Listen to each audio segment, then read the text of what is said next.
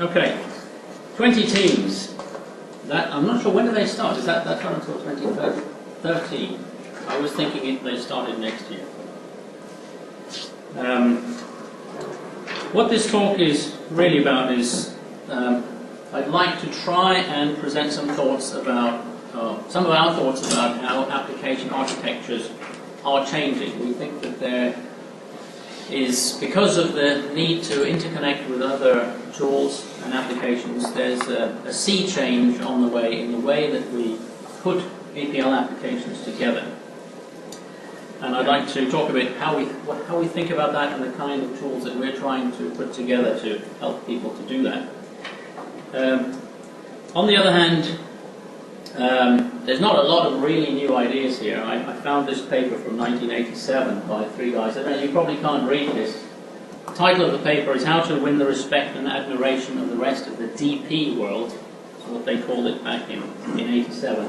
It's a paper I wrote with Kim Andreasen and Sven Franzen back in 1987, APL 87 in Dallas, Texas. And a lot of what we're trying to do now is still the same stuff. Trying to integrate, trying to do things a little bit more the way other people in the community think about it. So what I'm going to try to do in nowhere near enough time is build a very small APL application, and then in 30 minutes I'm going to deliver it as a command shell tool with a brief detour to show you how I can use multiple cores easily. And then I'm going to encapsulate it in something called a class, and hope I don't put too many of you off when I do that, and show how that then helps me to turn the same application rapidly into a wide variety of different things. .NET Assembly, web service, web page, Excel add-in, etc. Or at least, I'm probably going to be going way too fast for you to really read all the code that I show you, so don't despair at the back. The fact that you can't read the code doesn't really matter.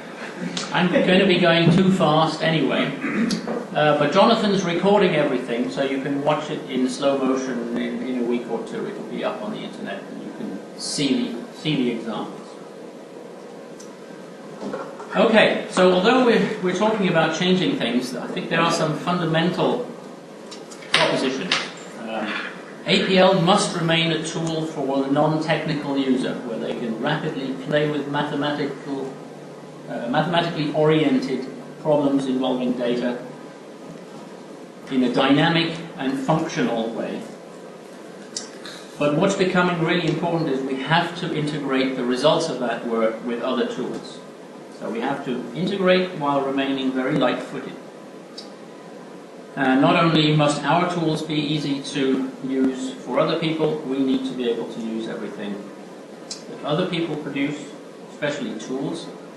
And the good news is that the platforms are generally moving in a direction that makes this easier for us, the vendors, to provide this. Object orientation provides a lot of glue, but as I think a lot of people are realizing, you don't want to pour that glue into all the cracks in your application, because you might end up with something a little bit too solid. And perhaps the most important idea that I'm trying to sell to you here is that APL source code in Unicode text files is something you really want to look at as a foundation for application building in the future. Recap, so it must be time to switch to APL.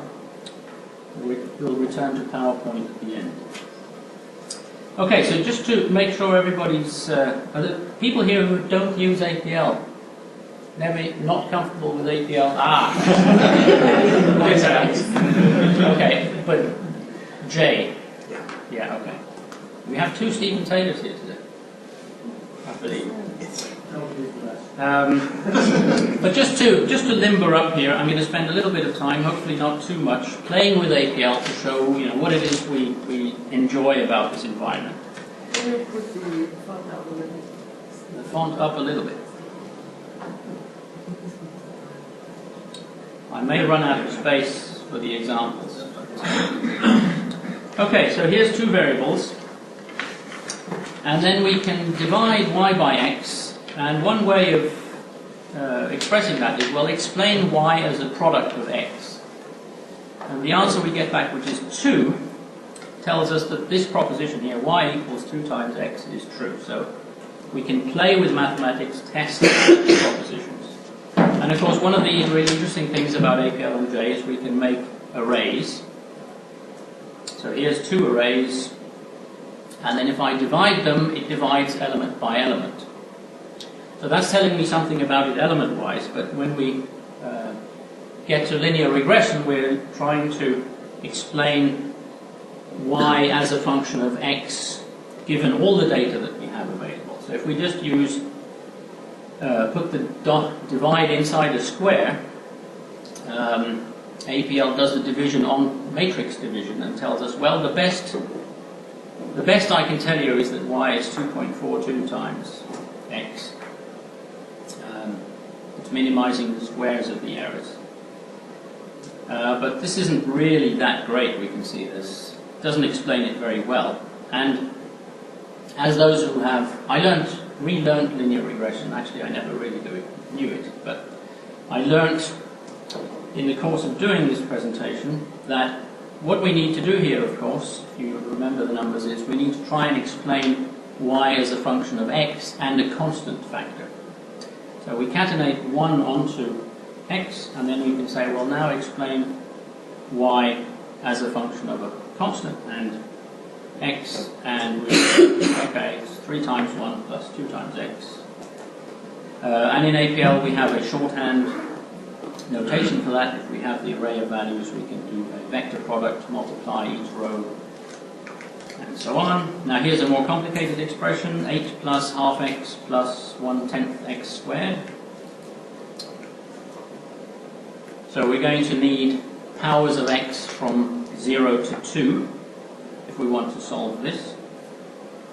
We can compute the values by taking that matrix of powers of x and doing the product with the coefficients. So we can easily express polynomials. Here's some random numbers, multiply them by 0.1, so generate a variable called noise, and add that. So here's a variable that's sort of that expression, but with some noise added. Now we can explain, try first as a linear matrix division, and we get some coefficients. We compute the values of the function.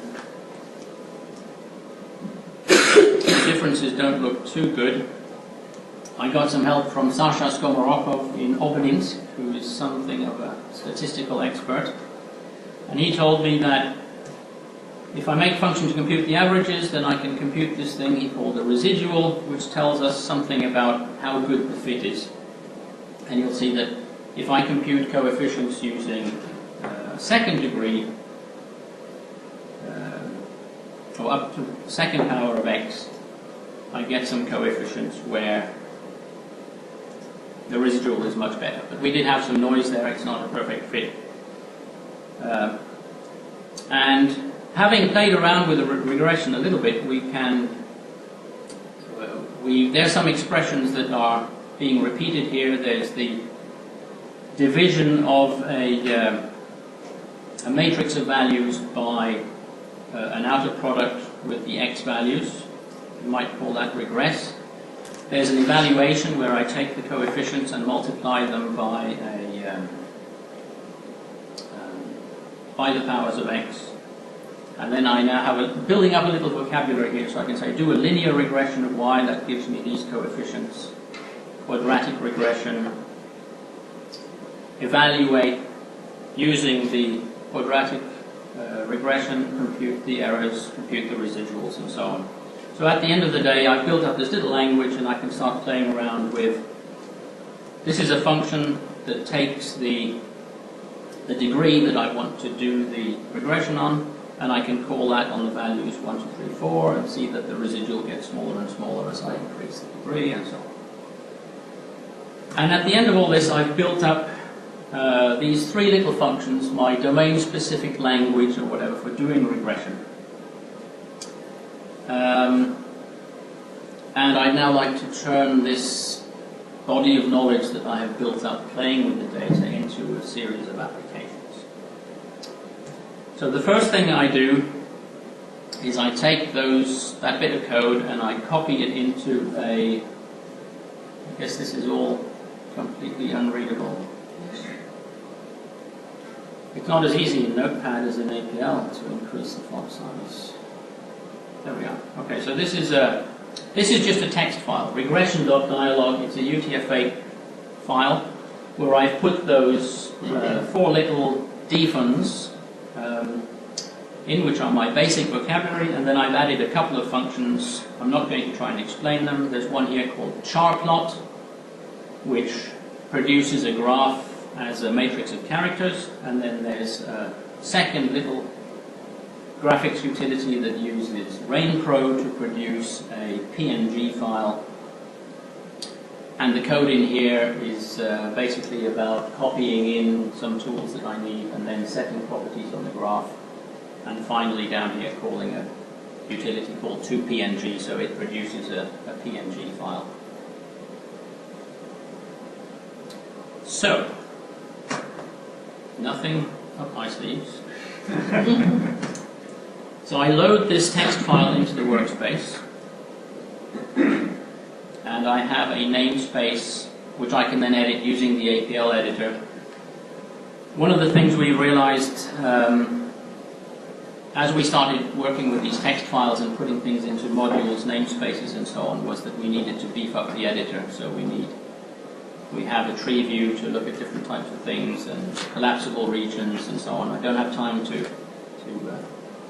go into that, but we certainly needed to do a lot of work in the tools to make it really easy to work with these files. So I have that here. I'm going to set up a path so that if I type, okay, let me just create some data here. If I type regress y, it's actually in that namespace, but what path says, if you get a value error here, just go and get it out of the namespace. So by loading that in and setting up the path, I have my tools available, and I can do all this stuff. There's the char plots.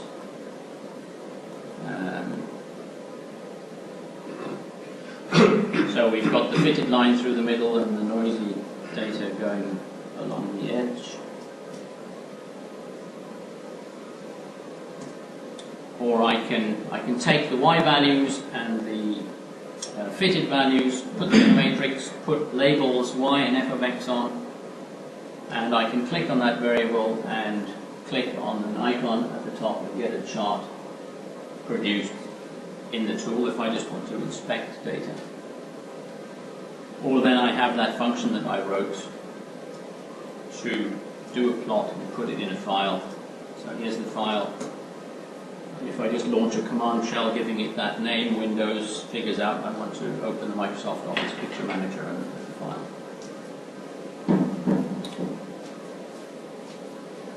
Okay, so now I'd like to turn this first into a command line application that I can call from a command prompt.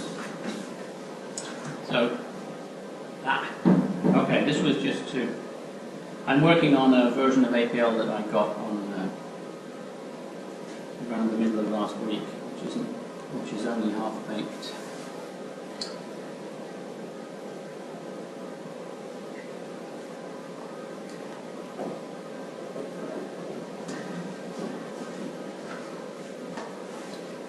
Unfortunately, you still have to be able to spell. Is that big enough? A bit more. Bit more? Yes. Okay.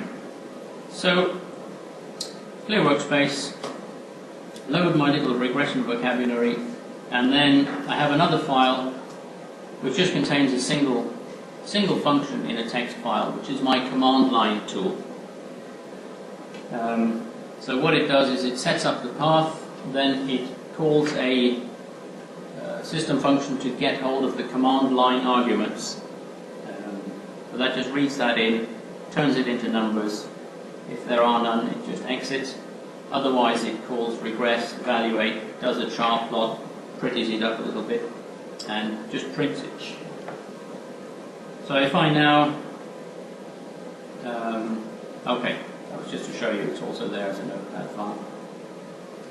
So if I, in my workspace, set the latent expression to call that, and export this as an executable console application.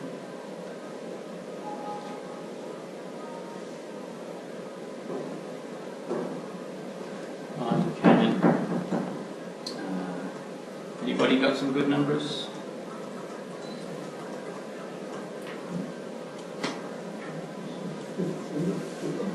Yeah, that's unreadable, but you can imagine what it's doing. So it prints the residuals and its function expression into the DOS session. So now we have a command line tool that we could easily put into a system which is piping data, a sort of shell command type system that people typically use on Linux machines, but also a little bit on Windows. Right, now I said I'm going to do a brief digression to show you how I can use the multiple cores, the 2 cores that I have on this machine. It's not really related to packaging the application in lots of different ways, but it's another topic that's really up at the moment. CPUs aren't getting faster anymore. We have to be able to easily tap into the multiple cores that we have in machines. So I need to get some data first. If I'm going to do something parallel, I'm going to have to get hold of some data. So here's a form. And I'm putting so this is just a Dyalog GUI form, but into that I've put a .NET web browser control. This is something that's new in version 12.1. You can take any .NET control and just embed it directly in your Dyalog GUI without first creating a .NET container for it. And then I'm going to navigate to a Finnish statistics website if the Wi-Fi is still up. Yep, amazing. So I found some data at Statistics Finland where there's an HTML table with some series that I'd like to do some regression on. And another very important thing that is to make it very easy to get hold of data. Because data is now mostly outside the APL system. It's in databases, it's in XML files, it's on the web. So we've put together a bunch of tools. I did a copy and then a p-copy so you can see which functions are in that workspace. So there's loading HTML, SQL, text files from Excel, XML, etc. And I'm going to use the one called load HTML table, which takes a URL and then just grabs the first, by default, the first table that it can find on that web page. So in that case, it's just this table here. You can tell it to get the second or the third, or all of them. So there's the data. And just to show that I can do it, I'm going to save that into an Excel worksheet and then read it back, or read part of it back. So load Excel, name of the sheet I just saved, or the name of the book I just saved, the sheet, and a range optionally. Microsoft provides some sample XML data. That is unreadable and I can't change the font size. So this is just an example that Microsoft provides. I can load XML and it reads that in, discovers that there's a table structure there and returns it to me as a table. I can load data from Microsoft's sample Northwind database, get the products table. You can also provide SQL statements here, etc. This is really a detour. Back to the data that we're looking at. So here's Z that I got out of that web page. I bring in my regression tools. I've built a little function that uses the graphing tool. It takes as input one row of data, so a label and then a time series. What it does is it extracts the title and the data, splits them up, does a regression, evaluates it and calls rain plot, returns a file, and here I'm using, instead of quad CMD, I use the .NET function to launch the process on that file. Okay, so I'm dropping the first 2 rows of Z, which were just labels, and then splitting it and calling graph lim reg on each of the time series. So that takes a bit of time and returns 21 files. I have a little utility that I can use to create an HTML table after calling a dynamic function which takes those file names and embeds them in an HTML tag which says this is an image and the source is that file. Add a suitable title. So I've built up some HTML here which just has a title and then a table with a 7x3 matrix of images. In .NET, writing data to a text file is a one-liner. System.io file, write all text and the name of the file. And then I'll send my little form to look at the table of graphs that I've built up. So we can see fertility is pretty good in Finland except for Varsinais-Suomi and North Karelia.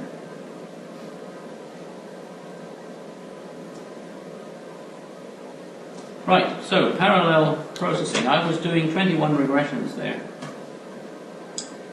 And I did them with each. And of course, since I have two processors, I would really like to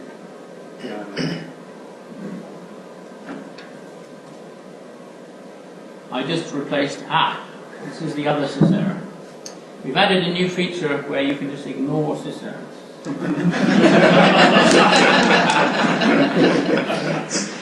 Now, unfortunately, what happened there was that I called parallel each. Peach is a user-defined operator, and it launches two dialog runtime applications in the background, which it then speaks to, and it was those that crashed with the syserm. It was working fine on Saturday. And after half the night, I discovered that I don't know it's because version 12.1 isn't quite ready yet. If I remove the 2PNG expression, and you'll notice whenever I edit source code which was brought in from one of these text files, I get this pop-up. You can't read that at the back. It says, do you want to update the source file regression.dialog? Because the APL system knows from whence the functions and namespaces, classes, so on were loaded. And it's offering to put the source code back into the text file. But in this case, of course, I'm destroying my function, so I'm not going to do that. So I'll reset the Peach mechanism, and now hopefully this will work. So now I'm just running with the ordinary APL each, and you'll see that I'm using half of my processor. It's just running on a single core. It's going to take about 15 seconds. And if I then just replace each by Peach, there's a little bit of overhead the first time because it's splitting the workspace. We're taking a copy of the workspace and handing it over to those two processes. But you can see the fish tank filled up completely. And it's a little bit more than half the time. If I do it again, I would hope that we're down to roughly half the time. Parallelizes quite well on dual-core machines. I did some work with a customer, though, on an 8-core machine that they had bought, and there you really have to be careful about what you fire off in parallel, because if there's heavy use of memory, the memory subsystem in even an 8-core high-end box will only support about 1.5 processors going flat out. So in fact, we parallelize the dyadic scalar functions in version 12.1 for floating point arguments, but we don't do plus, minus, and times, because the processors do those operations so fast that one processor is able to suck up all of the memory bandwidth. And if you start using a second processor on that, you get no speed up whatsoever. In fact, you just block everything out, you kill both processors and get no speed up. So you have to be a little bit careful. But it is something that I think for us to succeed as language vendors and application vendors, we have to be able to deal with this easily.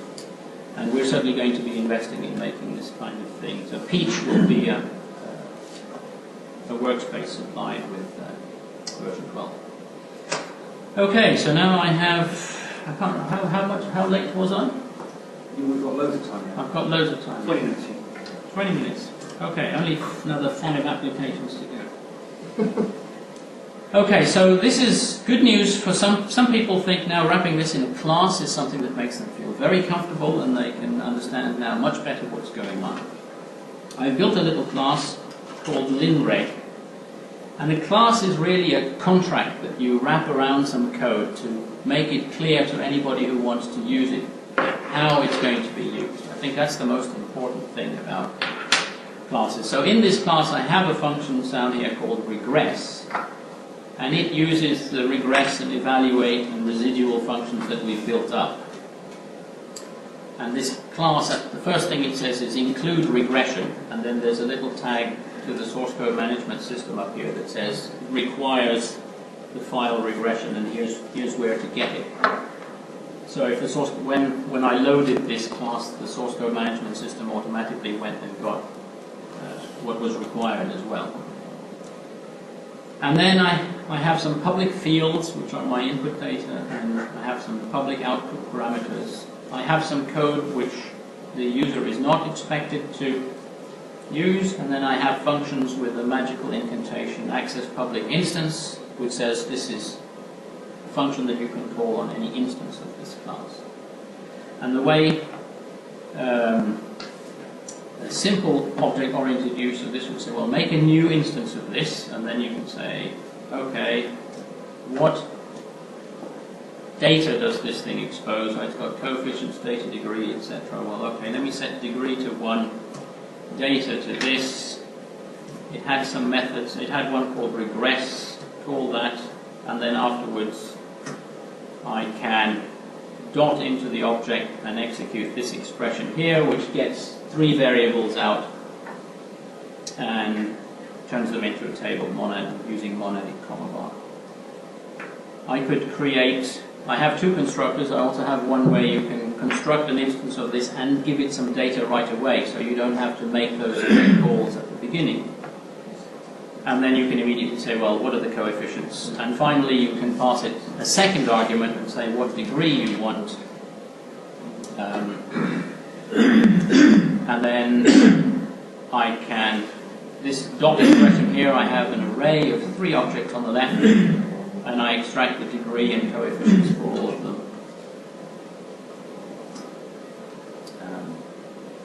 So this is somewhat helpful in APL as well, depending on what kind of application you're building. But it doesn't help at all in the initial part where we're playing with regression. I mean, at that point where we're playing around with numbers and so on, the object orientation doesn't really add anything. It adds it in terms of documentation, and then as I'll show now, it really helps when you start exporting it and making it available to C# programmers or other kinds of people that you'd like to talk to. I can chart all 3 at once. Okay, so what do I want to do with this? Well, I want to turn it into a .NET assembly first. So I'm going to make a namespace. I'm going to load the class into, there's a modifier here which says target equals mycorp. This is just a convention under .NET. When you create an assembly, you're expected to call it the name of your organization or the name of the project or something, dot, and then the name of the class. So I'm creating mycorp.linear regression for .NET. I've edited the class that you saw before very slightly to make it more, this is not something I had to do, but in order to make it more palatable to a C# programmer, I've added a bunch of declarations. So where before it just said field public degree, it now says field public system E32 degree. So that the C# programmer will be able to see what kind of degree he's expected to use here. And for the constructor, I have a signature which says that the constructor can accept either an array of system doubles, or in fact, to make it easier for some of the demos, I just accept a string and I turn it into numbers and use it. So since I'm running a bit low on time, I don't think I'll actually do this export, but I will show launching. I've already exported it before. You can launch a tool that Microsoft provides called ILDASM, which then provides the autocomplete information that a a C# programmer would see in Visual Studio. So we can see here, again, I can't change the font size, but the C# programmer can very easily see what he's expected to provide and how he makes the function calls. And he can then write a little piece of C code to use it, which is unreadable. Yeah, where he just says, well, he wants to make a new instance of MyCorp linRegNet with some data and second degree, and then he can just dot into it and extract the values exactly as we were doing before. So this makes it really very easy for other programmers to use your tools. Okay, so this is, I'm just going through the steps here of compiling that C code and calling it. I think, in the interest of time, I will move on to the next application. Another way of, so turning something into .NET assembly and calling it is probably, if you're writing commercial applications today for Windows, the most important way that you would make your application on a local machine for use by other programmers. If you want to call it over the internet, one of the easy ways to do that is to expose it as a web service, which essentially is what I just did, except that there's a protocol used by Microsoft and the Unix environment. Everybody basically supports this now, and the development tools, all development tools support it. I'm going to launch a web browser here to go to a website in the US that provides a weather web service. Get weather by zip. Anybody have a favorite zip code? 25443. 25443. Invoke. Does this look like plausible weather? Temperature 73. I've never been able to figure out whether this thing is producing real data or not. I suppose it looks plausible. So I could launch a web browser to go there. But we also provide a web service workspace where you can both be a client of a web service. So here I make the call. I say I'm calling something, a function called call, and I need to have looked up on the internet. Well, yeah, here's the web address, here's the port it's listening on, here's the name of the service. I can't remember exactly what the parameters are. I want to call this web service, I want to call the getCityWeatherByZip method, and I want to have this value for the zip code. And it then packages it all up as XML, sends it off, gets it back, and returns the nested array here. You can see that information we were looking at before. Okay, so here's for Seattle. I'm not going to trace that. I'm running out of time. But anyway, what we want to show is how we expose a web service. So again, here we go. Here's our linear regression class. You remember we could make an instance. We could get the coefficients, compute the residual. So say I'd like to expose a web service which allows somebody to give you that data and then just return the coefficients and the residual. What I need to do that is, first I need to write I need to edit this function called build API. The important thing is setting up some data which basically describes an array which describes that you've got this thing called data, which is a string. You've got degree, which is an integer, and then your results are going to be a nested structure called regResult, and then 3 named coefficients, and the residual, and the data types that we're going to return. Once we've done that, we need to build a little wrapper for our application. So you can see here, here's where we actually make the call to our application. Before that, when the web service calls us, it's going to give us an argument. We need to extract the data and the degree. We need to make sure that the linear regression package is here and call it.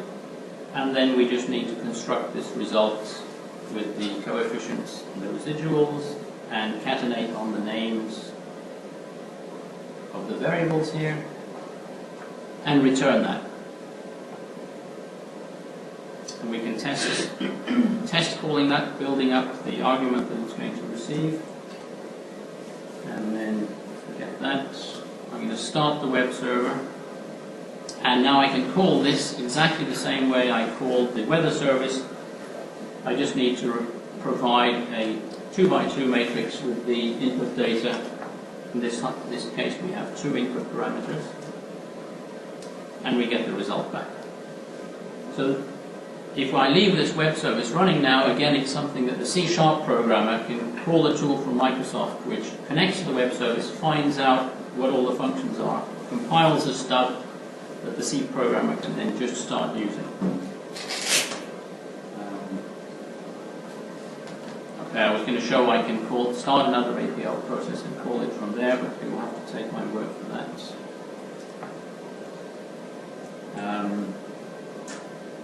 What I will do is I'll launch a web browser.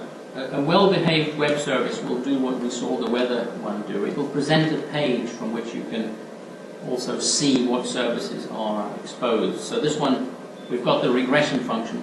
It checks the declaration. It can see that this is the input. It knows how to then make the call and grab the data. So it's very easy when you're a programmer trying to figure out how to call one of these things.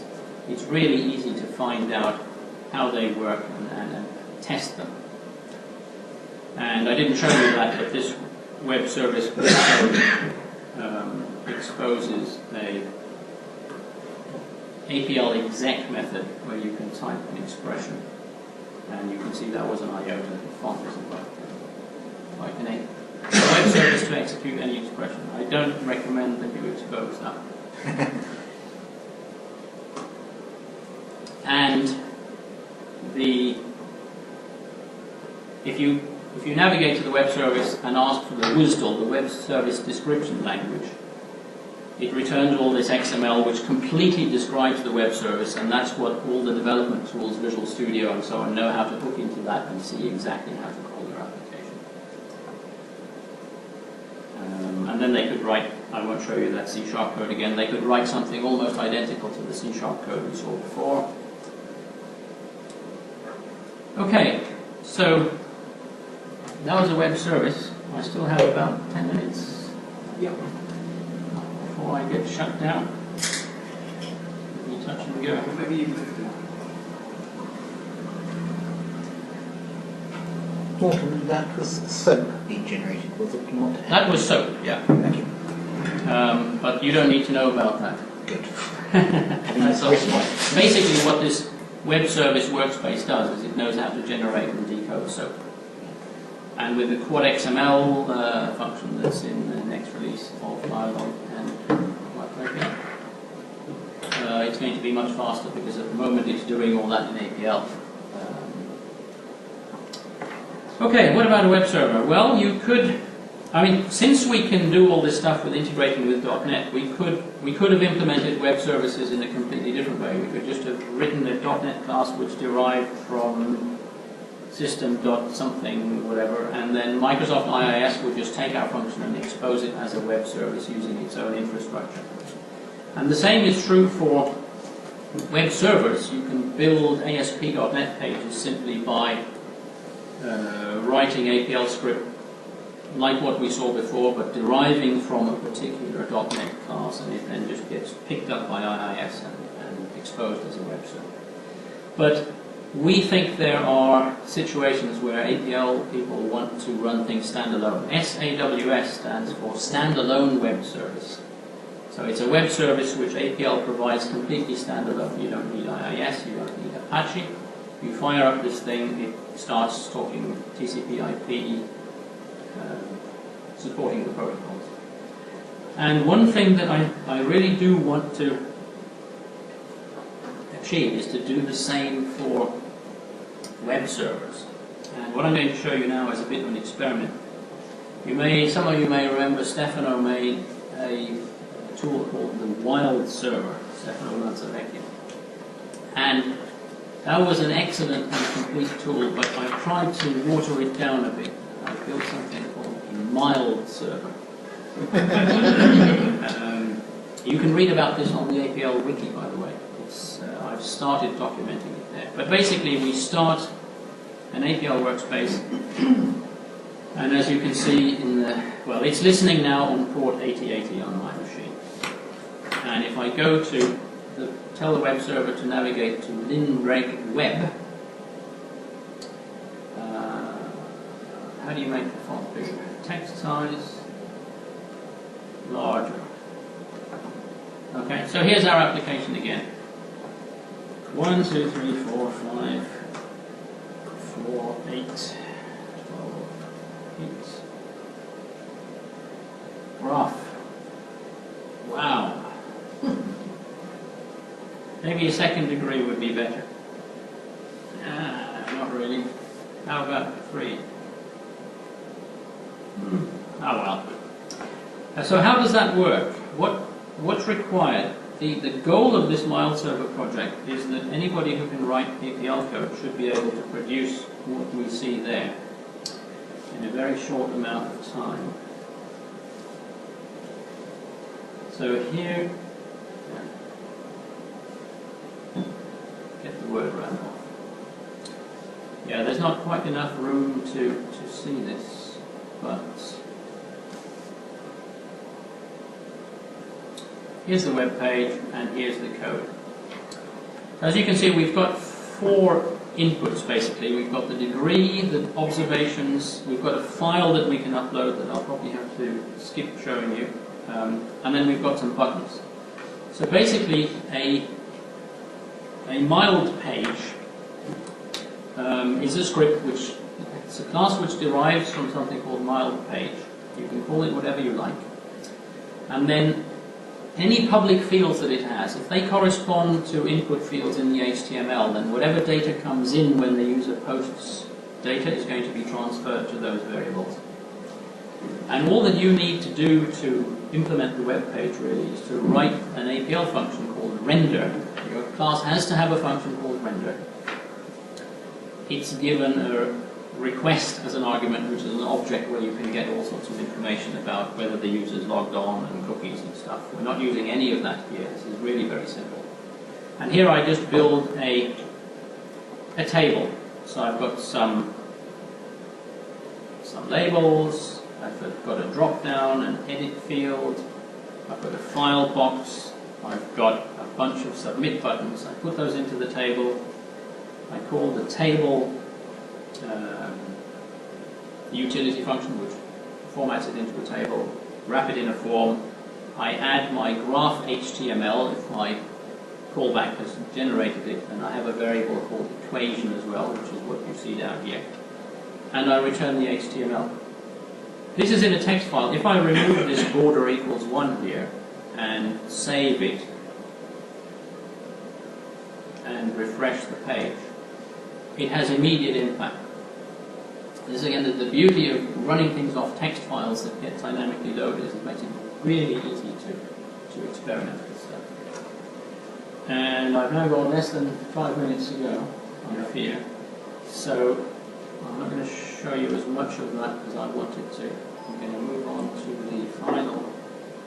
And I would really like people to load this up, look at it on the APL wiki, and suggest ways to improve it. The idea is to run it as an open source project, so once it's been kicked off, all the source is going to be on the APL wiki, and people are invited to contribute. Now finally, here's Visual Studio. And with Visual Studio you can get something called Visual Studio Tools for Office, and you can go in through a wizard and say, I want to build an Excel ribbon add-in. And I don't know how to increase the font size here, so if you're really interested in this, you're going to have to come forward. But basically what it does is it sets up a bit of HTML where you put in some labels and pictures that you want to see on your ribbon, and some callback functions where when the ribbon is pressed you can say, well, when the ribbon is initialized, make a new instance of Morten's bit. When on action, when the button is pressed, call Morten's bit fit and chart. And then again, there's just a bit of APL script file, text file, which is integrated with the Visual Studio project. And if you can see it, up here is the bit that loads the linear regression script, and down here we make an instance of a linear regression class, get the fitted values, and then there's a bit of Excel automation, add a chart, set the source data range. So all of that is just done in APL code, which is just referencing the Excel object model. And if I press the debug button here from Visual Studio, it builds this as a .NET DLL that Visual Studio Tools for Office knows how to reference, and eventually it'll start Excel under Visual Studio.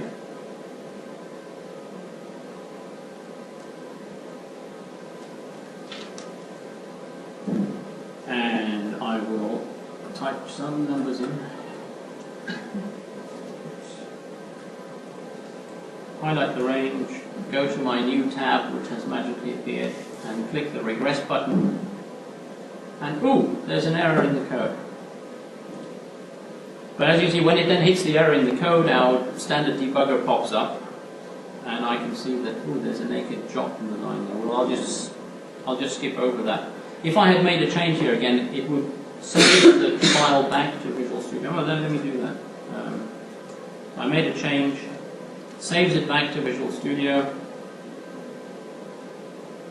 I execute the function. So here's my graph produced by the APL add-in. When I shut down Excel, don't save anything, I'm back in Visual Studio, and Visual Studio says, oh, the source file has changed while we were running this. Do you want to reload it? Yes, I do. And we're done.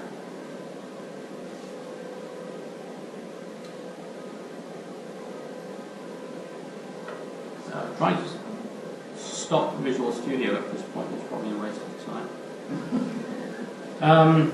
There's one last thing. So at the end of playing around with APL like this and building all your applications, suddenly you discover that, ooh, linear regression has become a legacy thing. There's companies who have hundreds of people doing linear regression, or open source projects like R, where there's free linear regression software available. And if you use that instead of using Domino, it computes all kinds of statistics. And unless you're really into that and you're doing leading edge statistical work, you might as well use a package like that. But all you need to do in order to do that is you can just take the linreg class and you can replace the regression function where we were doing Domino. You can just replace those calls by some lines that look like this. Your constructors need to call something called R_init, and then you put the data into R and execute. This is the Domino in R, linear regression model or something, and then extract the coefficients and so on. And you would immediately be able then to, all of the stuff I've just shown would just hook into and be using R instead. Again, this is based on code which is on the APL wiki, which I put into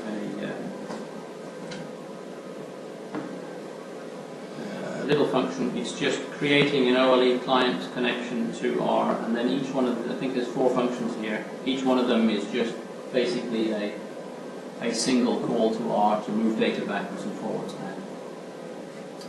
Okay, so now I am done.